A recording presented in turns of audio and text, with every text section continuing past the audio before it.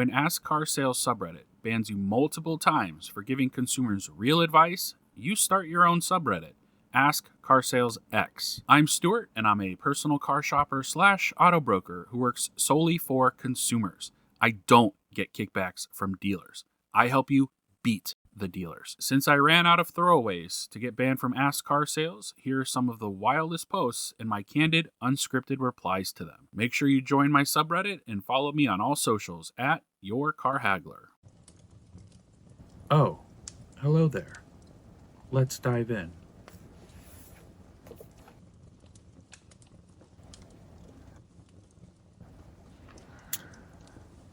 Leasing a loaner car that's been in an accident. Hello. I found a loaner car at a local dealership that I'm interested in leasing. They offered a decent deal coupled with generous manufacturer lease incentives. However, they also informed me that the vehicle is currently in a certified body shop due to a lot damage.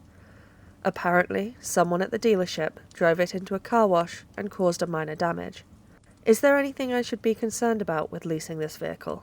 I did ask if there would be any additional discounts on it due to this, but the sales guy said probably not. Is there anything else I should ask for? Thanks. There's nothing wrong at all with leasing a loaner car. In fact, it should be a better value to you as the consumer. Now, should be and is a very different situation. The dealership could potentially have some insurance money if it's been in an accident. Maybe it was not enough damage to report, but it does appear that the dealership was aware and openly telling you that there was an accident.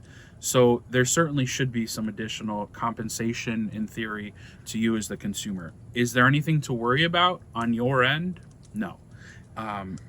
The likelihood of there being equity in a vehicle at the end of the lease within the past 6 months or so for a future equity term in 3 to 4 years, 2 years, is minimal.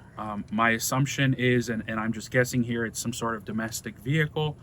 Could it be a Toyota, a Honda? Sure. But the majority of those, even in 2 to 4 years from this point, would not have lease equity. The only thing I would make sure of is looking at the Carfax. There is a fine line between minimal lot damage and potentially not being on the Carfax to needing $3,000 worth of repair work. I don't quite remember offhand, but I believe in New York it's 5% of the cost of the car of some capacity where it's required to actually be disclosed. So, when I sold cars, if we would have backed it into a poll,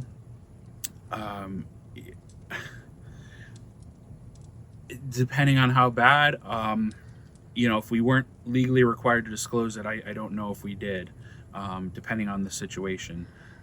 We would just send it over to the body shop, get it fixed, and sell it. Don't ask me about the one time I actually had a brand new car stolen. I do think it's great that the dealership disclosed that the vehicle had been in an accident, a loaner car, so maybe it was a service loaner, and as somebody was putting it through the car wash, it just got dinged. I don't see any reason not to lease this kind of vehicle, but you would also want to make sure that you would get substantial savings. But getting those savings is not necessarily something you would know to push for or how much to push for. But a vehicle that is a loaner that may or may not have something on the Carfax is definitely nothing of concern to you as a leased vehicle, but you definitely want to make sure that you're getting some extra savings. In conclusion, I would fully support leasing a loaner that's been in an accident. It's kind of like a double whammy against the car, meaning you should be able to negotiate it a lot. If the dealership is just going to be like, oh, we only have 2 or 3 of them, then go to a different dealership. Call me. As a car consultant, that's what I would encourage you to do, or anybody to do. So, I would foresee no reason leasing a loaner that's been in an accident. Wow. Let's dive right back into the next one.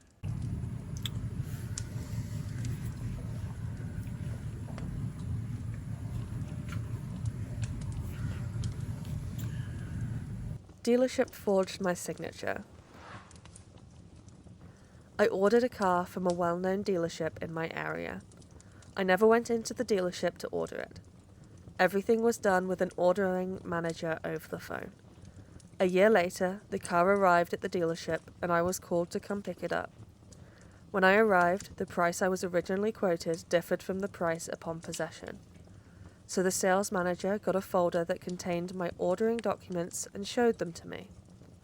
While I was reviewing them, I noticed my signature and initials on every document, including the document that gives the dealership permission to run my credit, perform an exhaustive search of my employment history, and share my info with their affiliates. I did not sign those documents, as this was the very first time in that dealership. I've never seen any of those documents before, and was not requested to sign anything electronically. They have a copy of my driver's license, which has my signature on it, which someone crudely and poorly forged onto these documents.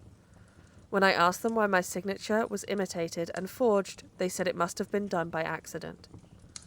I'm not sure if this is the right area for this conversation, but I don't know where else to go. How should I move forward on this? I really like the car. The first part with ordering a car online, completely normal these days. Specialty car, maybe out of town, different reasons to order a car and wait. However, if I was involved, I would have gotten copies of everything, which it doesn't necessarily appear this person has. So fast forward to a year and the person goes into the dealership to pick it up and signatures were forged. I am curious as to the running your credit part, because if you didn't fill out a credit application, they wouldn't have your social. I don't think it was like a background check. That would be odd as well too, for a dealership to do a background check on a person putting a deposit on a car. Now maybe if we're talking about a specialty $100,000-$200,000 car, but some of this just sounds really odd. Dealerships forging signatures these days is interesting because a lot of what is signed is electronic, and instead of actually having a hand signature on wet ink, it's literally clicking a button to pick your signature and then have it aligned to the different spots on the iPad. When I sold cars, was it possible for a contract to get signed without the customer actually seeing the contract? I won't answer that. I can't imagine this was an accident that was certainly malicious, but to what advantage? It doesn't say how much the price differed. I assume it went up significantly, which is why the dealership did it. But I definitely feel like the person should physically be there in the store to kind of face-to-face with a sales manager, a general sales manager. I feel like that's something that should be taken to the highest person at the dealership level, and not just the salesperson or a sales manager that might just kind of brush it off as it appears as they've done. At the end, I would think that if the person that ordered the car gets what they asked for, I would certainly just purchase the vehicle and maybe move on. If you had copies of things, is there anything legally that you could do? I'm sure there is. Is it going to be worth it? No. There seems to be such minimal follow through for any sort of illegal activity that happens at dealerships, and it's truly sad. I don't understand why. Being illegally told things in a lot of other areas gets you in trouble, but when it's a car dealership, it's kind of, I don't understand it. So hopefully this worked out in your favor and you're enjoying the vehicle. If there was an issue, hopefully it got resolved. If you see any car related posts you'd like me to give my thoughts on, email them to me at Reddit Replies at yourcarhaggler.com. As always, please let me know how I can help you with your next new or pre-owned car purchase. No matter where you live, I can help you beat this dealership so they don't beat you.